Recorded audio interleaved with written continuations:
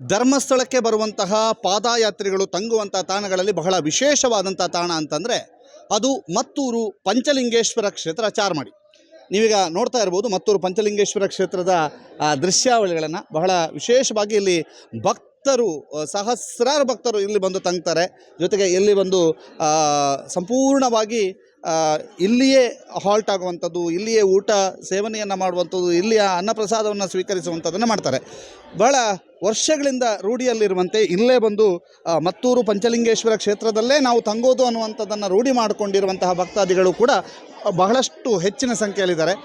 ಹೊರಗಿನ ದೃಶ್ಯಗಳನ್ನು ಕೂಡ ನಾವು ನೋಡೋದಾದರೂ ಇಲ್ಲಿ ವ್ಯವಸ್ಥೆಗಳನ್ನು, ಅಂದರೆ ವಿಶೇಷವಾದಂತಹ ಚಪ್ಪರದ ವ್ಯವಸ್ಥೆಗಳನ್ನು ಮಾಡಿ ಅವರಿಗೆ ತಂಗೋದಕ್ಕೆ ಬೇಕಾದಂಥ ವ್ಯವಸ್ಥೆಗಳನ್ನು ಇಲ್ಲಿ ಕಲ್ಪಿಸಲಾಗಿದೆ. ಹಾಗೆ ದೂರದಿಂದ ಬಂದಂತಹ ಭಕ್ತಾದಿಗಳು ಕೂಡ ಮತ್ತೂರು ಪಂಚಲಿಂಗೇಶ್ವರ ದೇವರ ಆಲಯವನ್ನು ಮತ್ತು ದೇವರ ವಠಾರದಲ್ಲೇ ತಂಗಬೇಕು ಅನ್ನುವಂತಹ ಉದ್ದೇಶವನ್ನು ಇಟ್ಕೊಂಡು ಇಲ್ಲಿ ಬರ್ತಾರೆ. ನೋಡುವ, ಭಕ್ತಾದಿಗಳ ಹತ್ರ ಮಾತನಾಡಿಸುವ. ನೀವು ಎಲ್ಲಿಂದ ಬಂದಿರಿ? ನಾನು ಬೆಂಗಳೂರಿಂದ ಬಂದಿದ್ದೇನೆ. ಎಷ್ಟನೇ ವರ್ಷ ಪಾದಯಾತ್ರೆ? 23ನೇ ವರ್ಷ ಸತತವಾಗಿ ಯಾತ್ರೆ ಮಾಡ್ತಾ ಇದ್ದೇನೆ. ಭಗವಂತ ಮಂಜುನಾಥ ಸ್ವಾಮಿ ಭಕ್ತರ ಕಷ್ಟ ಎಲ್ಲ ನಿವಾರಣೆ ಮಾಡಿ ಅವರ ಭಕ್ತರನ್ನ ಪ್ರತಿ ವರ್ಷವೂ ಸಂಖ್ಯೆ ಹೆಚ್ಚಾಗೋಗಿ ಮಾಡಿ ಭಕ್ತರನ್ನ ಆಕರ್ಷಣೆ ಮಾಡ್ತಾ ಇದ್ದಾರೆ. ಎಲ್ರಿಗೂ ಒಳ್ಳೆಯದಾಗ್ತಾ ಇದೆ. ನೀವು ಬಂದರೆ ಇಲ್ಲೇ ಹಾಲ್ಟ್ ಆಗೋದು? ಇಲ್ಲೂ ಹಾಲ್ಟ್ ಆಗ್ತೀವಿ, ಮಾರ್ಗದ ಮಧ್ಯೆನೂ ಹಾಲ್ಟ್ ಆಗ್ತೀವಿ. ಬಟ್ ನಮ್ಮದೊಂದು ವೆಹಿಕಲ್ ಇರುತ್ತೆ, ಅದರಲ್ಲಿ ಗ್ರೂಪ್ ಇರ್ತೀವಿ, 300 ಜನ 500 ಜನ ಈ ಥರ. ಹನುಮಂತಪ್ಪ ಅಂತ ಗುರುಗಳು, ಪಾದಯಾತ್ರೆ ರೂವಾರಿಗಳು. ಪ್ರಥಮವಾಗಿ ಬೆಂಗಳೂರಲ್ಲಿ ಪಾದಯಾತ್ರೆ ಸ್ಥಾಪನೆ ಮಾಡಿದ್ದೆ ಅವರು 35 ವರ್ಷಗಳ ಹಿಂದೆ. ಆವಾಗಿಂದ ನಾವು ಮೈಸೂರಿಂದ ಬಂದು ಬೆಂಗಳೂರಿಗೆ ಇವ್ರ ಜೊತೆ ಸೇರಿ ಬರ್ತಾ ಇದ್ದೋ. ಈಗ ನಾವೇ ಮೈಸೂರಿಂದ ಟ್ರೂಪ್ ಮಾಡ್ಕೊಂಡು ಬರ್ತಾ ಇದ್ದೀವಿ. ತುಂಬ ಭಗವಂತ ನಮಗೆ ಸುಭಿಕ್ಷವಾಗಿ ಮಾಡಿದ್ದಾರೆ, ಎಲ್ಲ ಒಳ್ಳೇದಾಗ್ತಾ ಇದೆ. ನೀವು ಎಲ್ಲಿಂದ ಬಂದಿರೋದು? ಇರಿಸೇವೆ. 2 ವರ್ಷ ಇಲ್ಲೇ ಬಂದು ಹಾಲ್ಟ್ ಆಗೋದು? ಇಲ್ಲ, ಇಲ್ಲಿ ಒಂದು ಸರಿ ಇರ್ತೀವಿ, ಒಂದು ಸರಿ ಅಲ್ಲಿ ಹೋಗ್ತೀವಿ. ವಿಶೇಷವಾದಂತಹ ಹರಕೆಯನ್ನು ಈ ಪಂಚಲಿಂಗೇಶ್ವರ ದೇವಸ್ಥಾನದಲ್ಲೂ ಕೂಡ ಕಟ್ಟಿಕೊಳ್ತಾ ಇರುವಂಥದ್ದು. ಇಲ್ಲಿ ಕಾಯಿನನ್ನು ನಿಲ್ಲಿಸುವಂಥದ್ದು, ಕಾಯಿನ್ ನಿಲ್ಲಿಸ್ತಾ ಇದ್ದಾರೆ. ಏನು ಮಾಡ್ತಾ ಇದ್ದೀರಿ? ಕಾಯಿ ನಿಲ್ಲಿಸ್ತಾ ಇದ್ದೀವಿ. ಸಂಕಲ್ಪ ಮಾಡ್ಕೊಂಡು ಕಾಯಿ ನಿಲ್ಲಿಸ್ತಾ ಇದ್ದೀವಿ. ಸಂಕಲ್ಪ ಮಾಡೋದು ಅಂದರೆ ಏನು? ನೀವು ಏನು ಸಂಕಲ್ಪ ಮಾಡ್ಕೊಂಡಿರಿ? ನಮಗೇನು ಒಳ್ಳೇದಾಗಬೇಕು ಅಂದ್ಕೊಂಡಿರ್ತೀವಿ ಅದನ್ನ ಅಂದ್ಕೊಂಡು ನಾವು ಇದ್ರ ಮೇಲೆ ನಿಲ್ತಾ ಇಲ್ವಾ? ಇಲ್ಲ, ನಿಲ್ತಾ ಇಲ್ಲ. ಏನೋ ಬೇರೆ ಅನ್ಕೊಂಡ್ರ ಅಂತ? ನೀವು ಬೇರೆ ಏನು ಅನ್ಕೊಂಡಿಲ್ಲ, ನಾವು ಅನ್ಕೊಂಡಿದ್ದು ಆಗ್ತಾ ಇಲ್ಲ ಅಂತ ಲೆಕ್ಕ ಅಂತ. ಮೇಡಮ್, ಇದು ಏನು ನಂಬಿಕೆ? ನಂಬಿಕೆಯಿಂದ ಎಲ್ಲ ಇಡ್ತಿದ್ರು, ನಾನು ಇಟ್ಟಿದ್ದೀನಿ ಅಷ್ಟೇ. ಹೌದಾ? ಹೇಗೆ ಇದು ನಂಬಿಕೆ? ನಂಬಿಕೆ ಎಲ್ಲರೂ ಇಟ್ಟಿದ್ದಾರೆ. ಅದೇ ಥರ ನಾವೇನಾದರೂ ಒಂದು ಅಂದ್ಕೊಂಡು ಇಟ್ಟರೆ ಅದು ಆಗುತ್ತೆ ಅನ್ನೋದು ಒಂದು ನಂಬಿಕೆ, ಭರವಸೆ ಆಗುತ್ತೆ ಅಂತ. ಒಳ್ಳೆ ನೌಕರಿ ಸಿಗಲಿ ಅಂತ. ಒಳ್ಳೆ ನೌಕರಿ ಸಿಗಲಿ ಅಂತ ಅಂದ್ಕೊಂಡೆ. ಆಯಿತು, ನೋಡಿಲಿ ಇವರಿಗೆ ನೋಡಿ, ಒಂದು ಕಾಯಿನ್ ನಿಂತಿದೆ, ಒಳ್ಳೆ ನೌಕರಿ ಸಿಗ್ತದೆ ಅನ್ನುವಂಥ ನಂಬಿಕೆಯಲ್ಲಿ ಆತನಿದ್ದಾನೆ. ನೋಡುವ, ಇಲ್ಲಿ ಬಹಳಷ್ಟು ಜನ. ಮೇಡಮ್ ಬನ್ನಿ, ಇಲ್ಲಿ ಏನು ಅನ್ಕೊಂಡ್ರಿ? ಏನು ಅನ್ಕೊಂಡಿಲ್ಲ, ಒಳ್ಳೇದಾಗಲಿ ಅಂತ ಅನ್ಕೊಂಡಿದ್ದೀನಿ ಅಷ್ಟೇ. ನಿಲ್ತು. ಎಸ್, ನೋಡಿ ಇಲ್ಲಿ ಯಾತ್ರಾರ್ಥಿಗಳು ಹೇಗೆ ಇದ್ದಾರೆ ಅನ್ನುವಂಥದ್ದು. ಜೊತೆಗೆ ಬಹಳಷ್ಟು ವಿಶೇಷವಾದಂತಹ ಸಂಪೂರ್ಣ ದೇವಸ್ಥಾನದ ಚಿತ್ರಣವನ್ನು ನಿಮಗೆ ತೋರಿಸ್ತೀವಿ. ದೇವಸ್ಥಾನದ ಒಳಭಾಗವನ್ನು ಒಮ್ಮೆ ನಿಮಗೆ ತೋರಿಸ್ತಾ ಹೋಗ್ತೀವಿ. ಪಂಚೇಶ್ ಚಾರ್ಮಾಡಿ ಅವರೀಗ ನಮ್ಮ ಜೊತೆಗಿದ್ದಾರೆ. ಎಸ್, ದೇವಸ್ಥಾನದ ಒಳಭಾಗಕ್ಕೆ ನಾವೀಗ ಹೋಗ್ತಾ ಇದ್ದೇವೆ. ಒಳಭಾಗದಲ್ಲಿಯೂ ಕೂಡ ವಿರಾಮವನ್ನು ಪಡೀತಾ ಇರುವಂತಹ ಭಕ್ತಾದಿಗಳ ದಂಡೆ ಇದೆ. ಅದರ ಜೊತೆಗೆ ಇಲ್ಲಿ ಹಲವಾರು ಭಕ್ತರು ಬಹಳ ವಿರಾಮವನ್ನು ಪಡೀತಾ ಇರುವಂಥದ್ದು. ಜೊತೆಗೆ ತಮ್ಮ ಇಷ್ಟಾರ್ಥಗಳನ್ನು ಈಡೇರಿಸಲಿಕ್ಕಾಗಿ ಇಲ್ಲಿ ಪ್ರಾರ್ಥನೆಯನ್ನು ನೆರವೇರಿಸ್ತಾ ಇರುವಂಥವರ ದಂಡಿದೆ. ಎಲ್ಲರೂ ಕೂಡ ಪಂಚಲಿಂಗೇಶ್ವರನಲ್ಲಿ ತಮ್ಮ ನೋವು ಭಾವನೆಗಳನ್ನು ತೋಡಿಕೊಂಡು ಅವರು ಪ್ರಾರ್ಥನೆಯನ್ನು ಮಾಡ್ತಾ ಇರುವಂಥದ್ದನ್ನು ಕೂಡ ತಾವೆಲ್ಲರೂ ಕೂಡ ನೋಡ್ತಾ ಇದ್ದೀರಿ. ಬಹಳ ವಿಶೇಷವಾದಂತಹ ಪ್ರಾರ್ಥನೆ. ಅದರ ಜೊತೆಗೆ ಇಲ್ಲಿ ಬಂದು ತಮ್ಮ ಇಷ್ಟಾರ್ಥಗಳನ್ನು ಈಡೇರಿಸುವಂಥ ನಿಟ್ಟಿನಲ್ಲಿ ಇಲ್ಲೊಂದು ಅಜಯ್ ಇದ್ದಾರೆ, ಅವರನ್ನು ಮಾತಾಡಿಸ್ಬೇಕು. ಸರ್ ನಮಸ್ತೆ.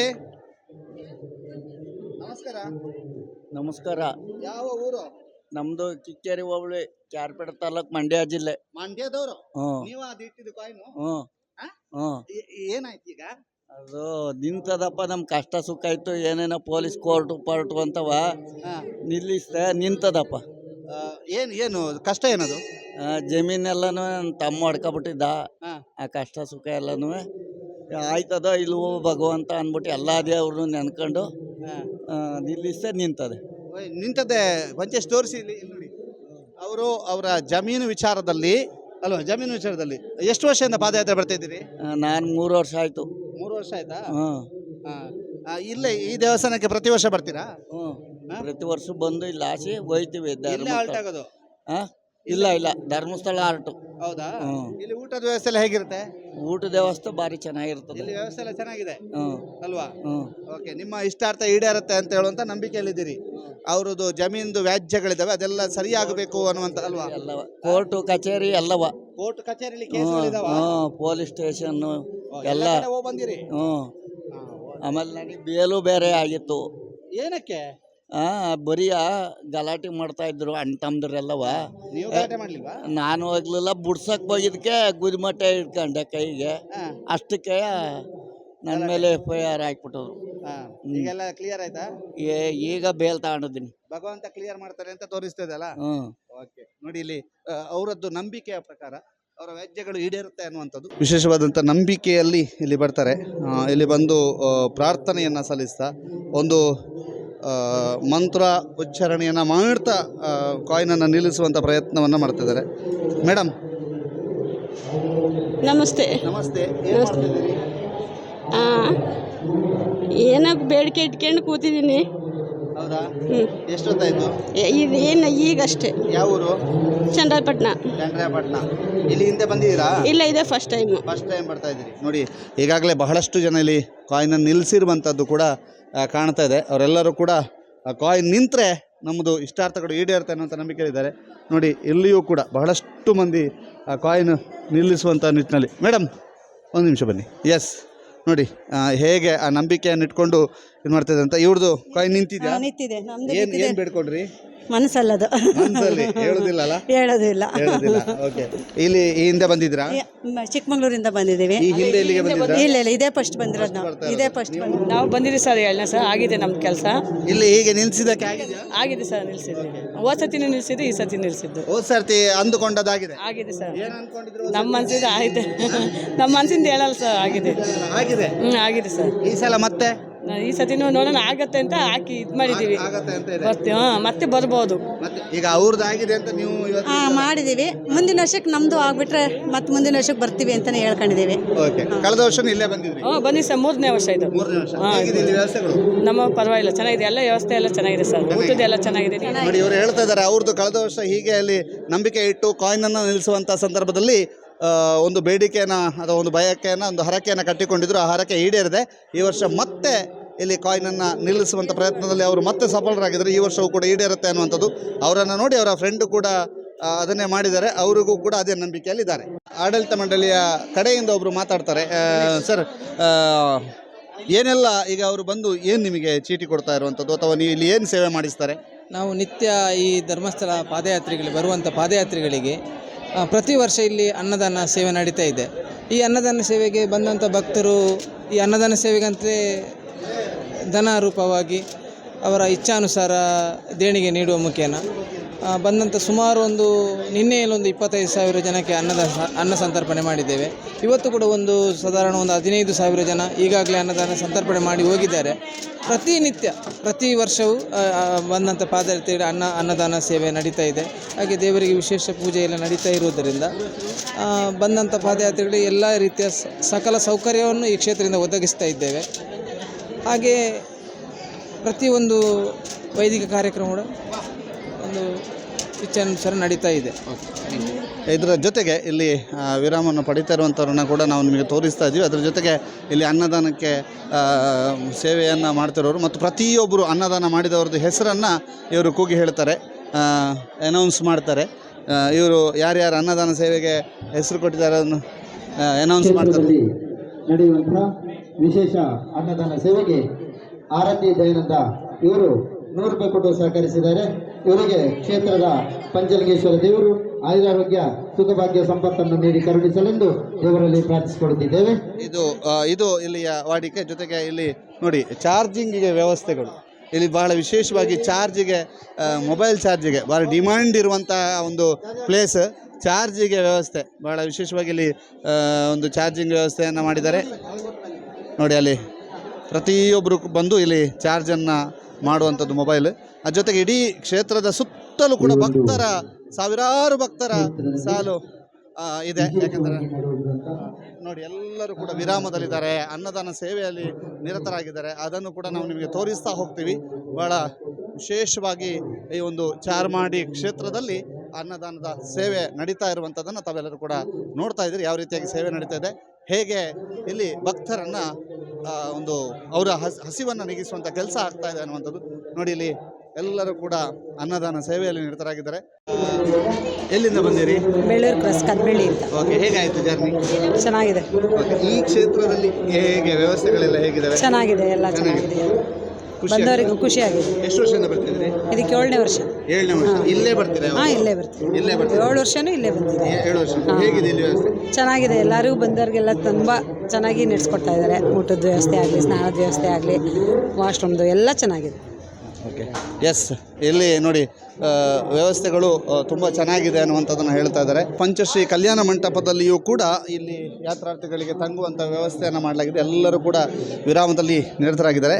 ಕಳೆದ 7-8 ದಿನಗಳಿಂದ ಇಲ್ಲಿ ನಿರಂತರವಾಗಿ ಪಾದಯಾತ್ರಿಗಳಿಗೆ ಹಾಲ್ಟ್ ಆಗಲಿಕ್ಕೆ ಬೇಕಾದಂಥ ವ್ಯವಸ್ಥೆಗಳನ್ನು ಕಲ್ಪಿಸಲಾಗಿದೆ. ಎಲ್ಲ ಪಾದಯಾತ್ರಿಗಳು ಇಲ್ಲಿ ಒಂದು ಹಾಲ್ಟ್ ಆಗಿರುವಂಥದ್ದು. ಇಲ್ಲಿಂದ ಮತ್ತೆ ಅವರು ಧರ್ಮಸ್ಥಳದತ್ತ ಒಂದು ಪಾದಯಾತ್ರೆ ನಡೆಸ್ತಾರೆ. ಇದು ಕ್ಷೇತ್ರಗಳ ನಡುವಿನ ನಂಟು ಅಂತ ಹೇಳ್ಬೋದು. ಶ್ರೀ ಕ್ಷೇತ್ರ ಧರ್ಮಸ್ಥಳಕ್ಕೆ ಬರುವಂಥ ಪಾದಯಾತ್ರಿಗಳು ಪಂಚಲಿಂಗೇಶ್ವರನ ಕ್ಷೇತ್ರದಲ್ಲಿ ಬಂದು ಹಾಲ್ಟ್ ಆಗುವಂಥದ್ದು, ಇಲ್ಲಿ ಉಳ್ಕೊಳ್ಳುವಂಥದ್ದು, ಇಲ್ಲಿ ಅನ್ನಪ್ರಸಾದವನ್ನು ಸ್ವೀಕರಿಸುವಂಥದ್ದು, ಇಲ್ಲಿ ತಮ್ಮ ಸೇವೆಯನ್ನು ಸಲ್ಲಿಸುವಂಥದ್ದು, ಇಲ್ಲಿಯ ದೇವರಿಗೆ ಒಂದಷ್ಟು ಸೇವೆಯನ್ನು ಸಲ್ಲಿಸುವುದು, ಜೊತೆಗೆ ದೇವರಲ್ಲಿ ಒಂದಷ್ಟು ಮನವಿಯನ್ನು ಮಾಡಿಕೊಳ್ಳೋದು, ಹರಕೆಯನ್ನು ಕಟ್ಕೊಳ್ಳೋದು ಎಲ್ಲವನ್ನು ಕೂಡ ಮಾಡ್ತಾರೆ. ಜೊತೆಗೆ ಇಲ್ಲಿಯ ಆಡಳಿತ ಮಂಡಳಿಯೂ ಕೂಡ ಅಷ್ಟೇ, ಇಲ್ಲಿಗೆ ಬರುವಂಥ ಪಾದಯಾತ್ರಿಗಳಿಗೆ ಬೇಕಾದಂತಹ ಅನ್ನಪ್ರಸಾದದ ವ್ಯವಸ್ಥೆ, ಅವರಿಗೆ ಉಳ್ಕೊಳ್ಳಿಕ್ಕೆ ಬೇಕಾದಂಥ ವ್ಯವಸ್ಥೆ, ಜೊತೆಗೆ ಅವರಿಗೆ ಅಗತ್ಯ ವ್ಯವಸ್ಥೆಗಳು ಏನೆಲ್ಲ ಇದ್ದಾವೆ ಅದಕ್ಕೆ ಸೂಕ್ತವಾದ ವ್ಯವಸ್ಥೆಗಳಲ್ಲಿ ಕಲ್ಪಿಸಿದ್ದಾರೆ. ಪಂಚೇಶ್ ಚಾರ್ಮಾಡಿ ಜೊತೆಗೆ ದಾಮೋದರ ದುಂಡೋಲೆ, ಸುದ್ದಿ news Charmadi.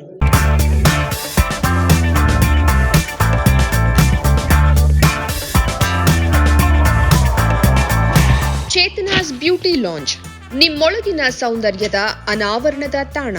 Aesthetic spa, makeup, hair styling, salon, ಹೀಗೆ ಎಲ್ಲ ಸೌಂದರ್ಯವರ್ಧಕ ಸೇವೆಗಳು ಒಂದೇ ಸೂರಿನಡಿ. ಚೇತನಾಸ್ ಎಜುಕೇಶನಲ್ ಫೌಂಡೇಶನ್ ಮೂಲಕ ವೈವಿಧ್ಯಮಯ ಬ್ಯೂಟಿ ಕೋರ್ಸ್ಗಳು. ಮೇಕಪ್ ಆರ್ಟಿಸ್ಟ್ ಆಗಬೇಕೆಂಬ ಕನಸಿರುವವರಿಗೆ ಅತ್ಯುತ್ತಮ ಅವಕಾಶ. 2 ದಿನಗಳಿಂದ ಆರಂಭಿಸಿ 6 ತಿಂಗಳವರೆಗಿನ ವೈವಿಧ್ಯಮಯ ಬ್ಯೂಟಿ, ಮೇಕಪ್ ಕೋರ್ಸ್ಗಳು. ಅಂತಾರಾಷ್ಟ್ರೀಯ ಮಟ್ಟದಲ್ಲಿ ಸೌಂದರ್ಯವರ್ಧಕ ತರಬೇತಿ ಪಡೆದಿರುವ ಚೇತನಾ ಎಸ್ ಅವರಿಂದ ನುರಿತ ತರಬೇತಿ.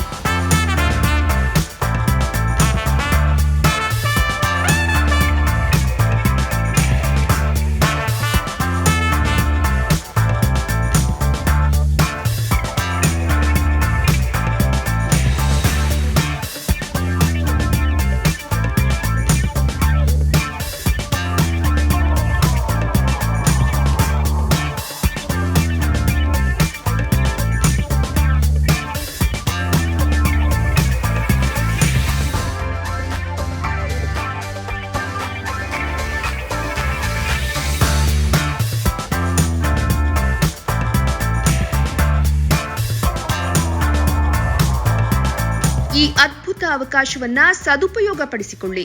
ಚೇತನಾಸ್ ಬ್ಯೂಟಿ ಲಾಂಜ್, 3ನೇ ಮಹಡಿ, Kankanadi gate building, Kankanadi bypass ರಸ್ತೆ, ಮಂಗಳೂರು 575002. ಮೊಬೈಲ್ ಸಂಖ್ಯೆ 9845292411, 9108583714, 8904173914.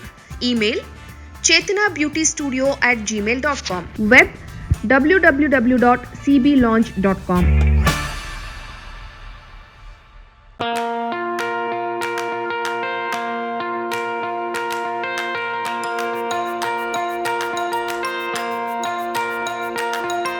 Dr. M.V. Shetty Institutions, Mangaluru. Empowering dreams and achieving greatness since 1985. Dr. M.V. Shetty College prides itself in its history of 38 years. It undertook path-breaking initiatives in Indian higher education with the introduction of innovative and modern curricula, insistence on academic discipline, imparting of holistic education, and adoption of global higher education practices with the support of creative and dedicated staff. First private college in Karnataka offering diverse healthcare programs, offers you multiple of courses.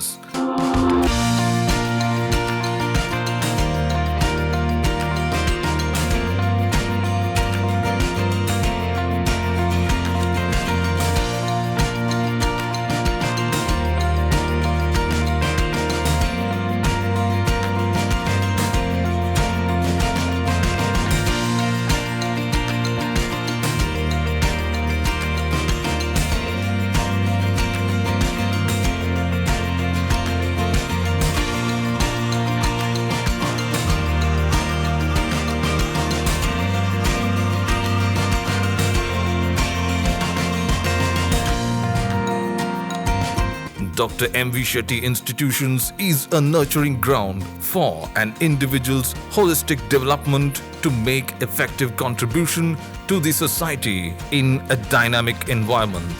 Dr. M.V. Shetty Institutions, Kavur Road, Vidyanagar, Mangaluru, Karnataka 575013. Contact 0824 248 1048, 0824 248 1096. Website www.mvshettycolleges.edu.in.